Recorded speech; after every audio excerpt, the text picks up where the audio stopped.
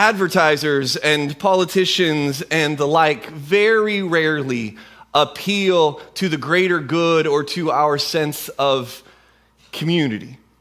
They appeal to your fears, your identities, your labels.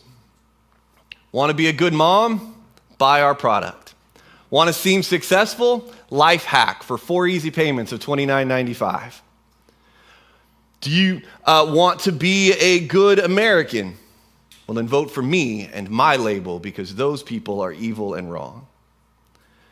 We're told that success comes from self-determination and grit and focus, and that the ultimate version of a life is that self-made person, the self-made millionaire, the self-made leader. We're taught by politicians and by movies and by people that we love and trust that there is a recipe for success in life if only we will make it. Recipe includes things like this. Successful are the strong, because strength is power and power is strength. Successful are the self-actualized, because they will be confident. And successful are the confident, because they will rise above the weak. Successful are those who enact justice, because a vigilante is a hero. Successful are the driven, victorious no matter what the cost. Successful are the peacekeepers, politicking their way to the top. Successful are the rich and comfortable, and we can tell because they look successful. And successful are the self-determined who won't let anyone tell them they're wrong, whether they are or not.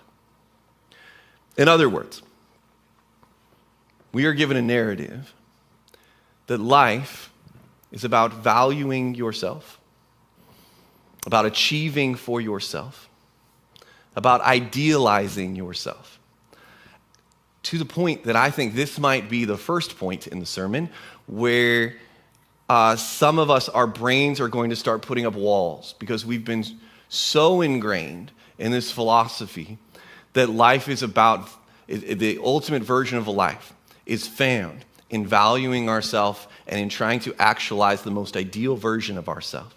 The walls are going to start going up at the idea that it might be something different. But I want to ask you to hang with me because I want to ask the question, how is that working for us?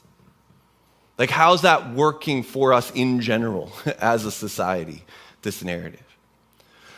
Loneliness rates are higher than ever. Addiction has moved beyond just substances and into content, and it is higher than ever. Mental health, especially among our young and most impressionable people, is worse than it has ever been, demonstrably worse. So how's it working for us? It's not. But it makes money and it gains votes, so we keep trying it.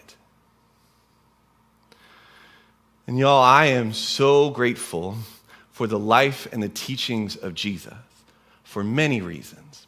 But one of them is that we don't have to keep trying to build our lives on a foundation of that narrative, on a foundation of individualism and self-promotion and self-protection and the failing story that is clearly becoming.